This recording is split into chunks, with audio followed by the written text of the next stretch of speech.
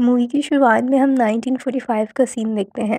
ये world war खत्म हो जाने के बाद का टाइम था। दो पायलट फाइटर एरोप्लेन में बैठे अपनी कंट्री की तरफ वापस आ रहे थे कि तभी उनके प्लेन से एक परिंदा आकर टकराता है। उसका ब्लड इनके फ्रंट मिरर पर फैल गया था। इससे पहले कि ये दोनों पायलट कुछ समझ पाते, बहुत सारे परिंदे आकर इनके एरोप्लेन पर हमला कर देते हैं, जिसकी वजह से इनका प्लेन आउट ऑफ कंट्रोल हो जाने के बाद क्रैश होने लगता है।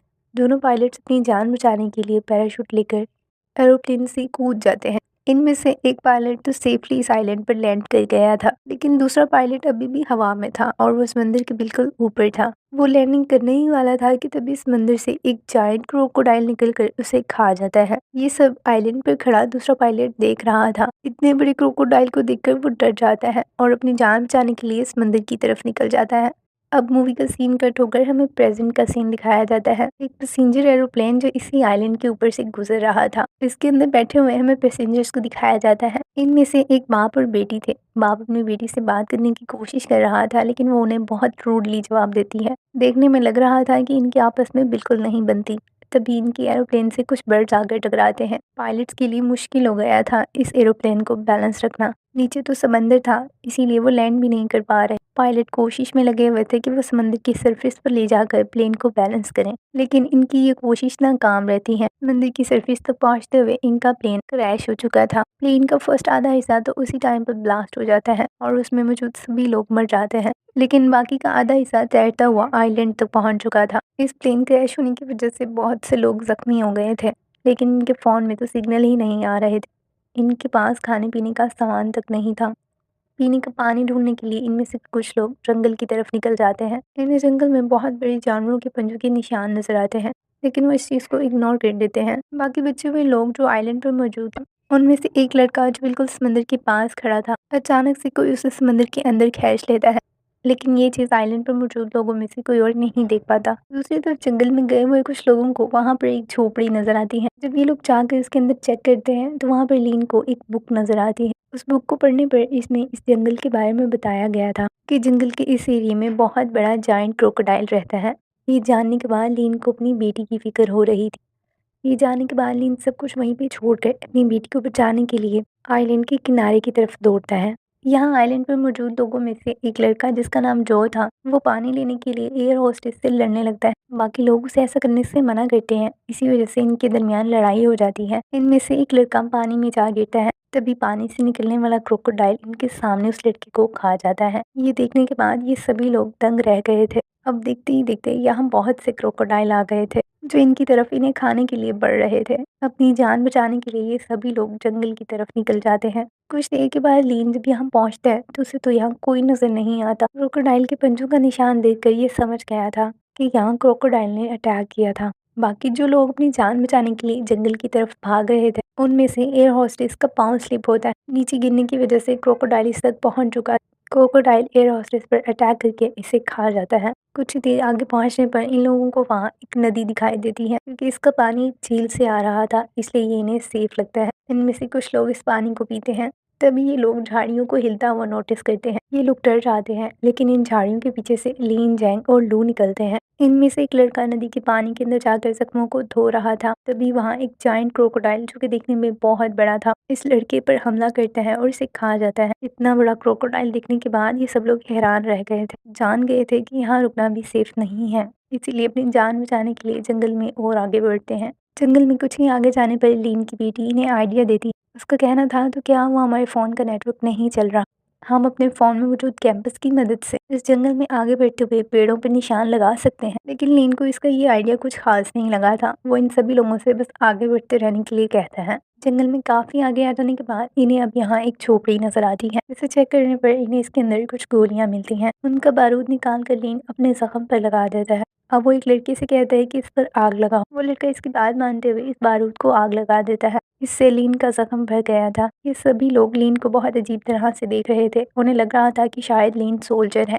क्योंकि ये सभी लोग थक चुके थे, इसलिए आराम करने के लिए इसी झोपड़ी में रुकना चाह रहे थे। खाने के लिए इनके पास एरोप्लेन से मिला हुआ थोड़ा सा खाना था, जिसे अभी लोग खा चुके थे। खाली डब्बों को अपनी झोपड़ी के आसपास लगा देते हैं ताकि अगर क्रोकोडाइल इनकी तरफ आए तो उसकी आने की आवाज़ से ये लोग जाग जाएं। लीन और ल्यू इस झोपड़ी के बाहर पहरा देने लगते हैं। लीन बातों बातों में लू को बताता है कि मेरी बेटी मुझसे 5 साल बाद मिली है, इसलिए वो मुझसे नाराज़ रहती है। अब इन लोगों को इस जंगल में पायलट का स्केलेटन नजर आता है, जिसे देखकर लीन का कहना था इसे क्रोकोडाइल ने नहीं खाया, क्योंकि अगर ये क्रोकोडाइल के हाथ लगता तो इसकी हड्डियां भी नहीं बचनी थी। इन्हें आइडिया हो गया था कि इस जंगल में खतरा सिर्फ क्रोकोडाइल नहीं है, यहाँ और भी बहुत सी जानलेवा चीजें हो सकती हैं। अब लैन और लियोन के लिए खाना ढूंढने के लिए जंगल की तरफ निकल गए थे।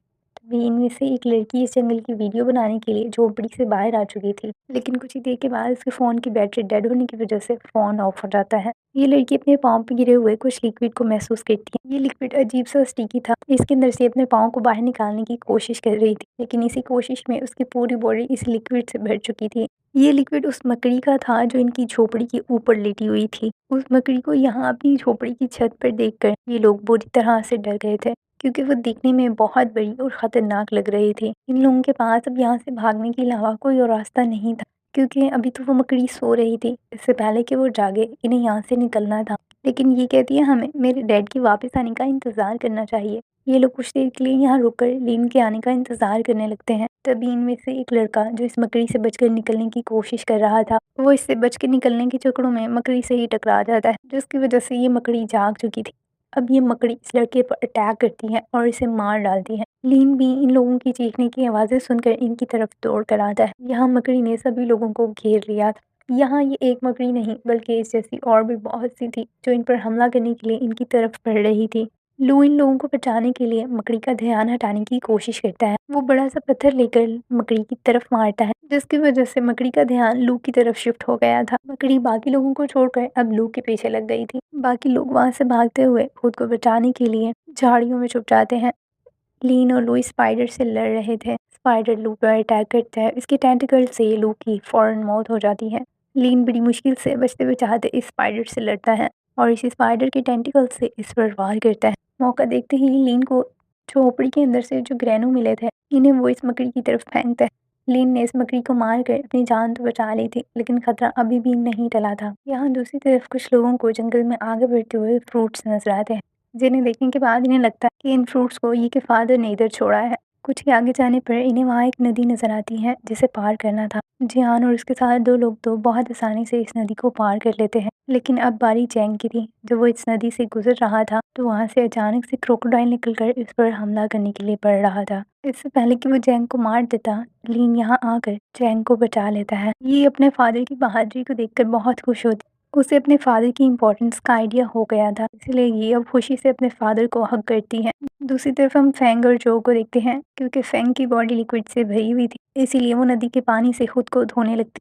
तभी इस पानी में नीचे से क्रोकोडाइल आकर फेंग की टांग पकड़ लेता है। जो को फेंग को बचाना चाहिए, लेकिन वो फेंग को क्रोकोडाइल की तरफ ही फेंक कर यहाँ से भाग जाता है। फेंग जो को देखती ही रहती है, लेकिन वो इसकी मदद के लिए नहीं आती और फिर देखते ही देखते क्रोकोडाइल ने फेंग को मार दिया था। दूसरी तरफ जंगल में लीन और उसके साथियों को क्रैश हुआ प्लेन मिल जाता है। उसके अंदर ढूंढने पर इन्हें आइडिया हो गया था कि ये प्लेन न्यूक्लियर वेपन्स को ट्रांसफर करने के लिए इस्तेमाल किया जाता था। इन्हीं न्यूक्लियर वेपन्स की रेडिएशंस की वजह से इस जंगल के सभी जानवर इतने बड़े हो चुके हैं। इन्हें इस प्लेन के अंदर रेडियो भी मिलता है जो खराब हालत में था। जैंग उसे ठीक करने की कोशिश कर रहा था।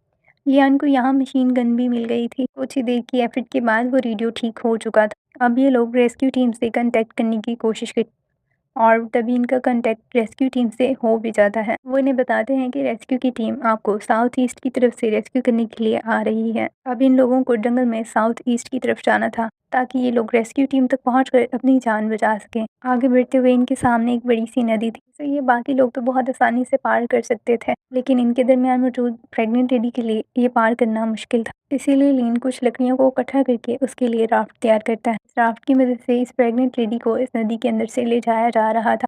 लीन तो नदी से होता हुआ दूसरी तरफ पहुंच गया था। अब ये बाकी लोग रास्ते में थे। तभी लीन इनकी तरफ आता हुआ क्रोकोडाइल को देखता है। वो इनसे कहता है जल्दी नदी से बाहर आओ। बाकी लोग तो जल्दी से नदी से भाग आए थे, लेकिन वो प्रेग्नेंट लेडी और उसका हस्बैंड अभी भी नदी के अंदर फंसे हुए थे। राफ्ट को खींचने की वजह से उसकी रस्सी भी टूट गई थी। क्रोकोडाइल इस प्रेग्नेंट लेडी पर अटैक करने के लिए इसकी तरफ बढ़ रहा था। तभी इस लेडी का हस्बैंड इन्हें बचाने के लिए क्रोकोडाइल को अपनी तरफ अट्रैक्ट करता है, क्योंकि उसके पास अब कोई और ऑप्शन नहीं था। वो इन्हें बचाने के लिए खुद को मगरमच्छ के हवाले कर देता है। ये मगरमच्छ इस आदमी पर हमला करता है और फिर उसे मार डालता है। उसे मारने के बाद अब बारी इन बाकी बचे हुए लोगों की थी। ये लोग क्रोकोडाइल से बचने के लिए भाग रहे थे। तभी जीन देखती है कि क्रोकोडाइल जो पर अटैक करने वाला है। वो इसे बचाने के लिए यहाँ आती है, लेकिन जो तो यीन को पकड़कर मगरमच्छ के आगे फेंक देता है और खुद वहाँ से बचने के लिए भाग जाता है। इससे पहले कि क्रोकोडाइल यीन को मार डालता, इसका डैड लीन आकर इसे बचा लेता है। वो मगरमच्छ इतना बड़ा था कि उससे दूर भागते हुए यीन की जैकेट इस मगरमच्छ की पूंछ में फंस जाती, जिसकी वजह से वो मगरमच्छ के साथ साथ उसकी गुफा तक पहुँच गई थी। अब इस जंगल में बस ये 4 ही लोग बचे थे। लीन अपनी बेटी को बचाने के लिए क्रोकोडाइल के पीछे पीछे इस गुफा तक आ रहा था। उसकी मदद करने के लिए जैंग, जैन और वो प्रेग्नेंट लेडी भी इसके साथ ही थी। गुफा के अंदर पहुंच कर लीन अपनी बेटी को ढूंढने लगता है। उसे यीन तो मिल गई थी, लेकिन अब तक क्रोकोडाइल भी इन तक पहुंच चुका था। लैन जैंग से कहते तुम बाकी सबको लेकर इस गुफा से बाहर जाओ। जैन लेन की बात मानते हुए बाकी सबको इस गुफा से बाहर छोड़ आया था, लेकिन अब वो लेन की मदद करने के लिए दोबारा गुफा के अंदर आता है। लीन इस मगरमच्छ को मारने के लिए कार में छोटी सी जगह पर छुप मशीन गन से इस पर गोलियां चला रहा था, लेकिन मजाल है कि इस ढीठ मगरमच्छ पर इनका कोई असर होता। जैंग भी इसकी मदद करने के लिए यहाँ आ पहुंचा था। मशीन गन की गोलियां भी अब खत्म हो चुकी थी। घबराहट में लेन के हाथ से वो ग्रीन भी वहीं कहीं गिर जाता है। लिंग जैंग से कहता है कि उस ग्राइंड को ढूंढो। लैन उसे ढूंढने में लग जाता है। कुछ देर के बाद वो ग्राइंड उसे मिल चुका था। लैन उसे कहता है इसे मगरमच्छ की तरफ फेंक कर इसे ब्लास्ट कर दे, लेकिन जैंग ऐसा नहीं करना चाहता था, क्योंकि अगर वो अब ब्लास्ट करता तो इस कार में फंसा हुआ लैन भी इस क्रोकोडाइल के साथ ही मर जाता। इसलिए पहले जैंग क्रोकोडाइल को अपनी तरफ लगाता है। इसी दौरान लीन यहाँ से निकलने में कामयाब रहता है। सही मौका देखकर जैंग इस ग्राइंड को ब्लास्ट कर देता है। ब्लास्ट इतना बड़ा था कि उन्हें लगता है अब तक तो ये क्रोकोडाइल मर चुका होगा, लेकिन ऐसा नहीं था। ये लोग यहाँ से निकलने की कोशिश कर ही रहे थे कि तभी वो क्रोकोडाइल दोबारा से इनके सामने आ चुका था। अब जैंग बहादुरी दिखाते हुए स्पाइडर के टेंटिकल से इस पर वार करता है। इस वार ने क्रोकोडाइल के पेट को चीर दिया था। जैंग की बहादुरी देखकर लीन इससे बहुत खुश होता है।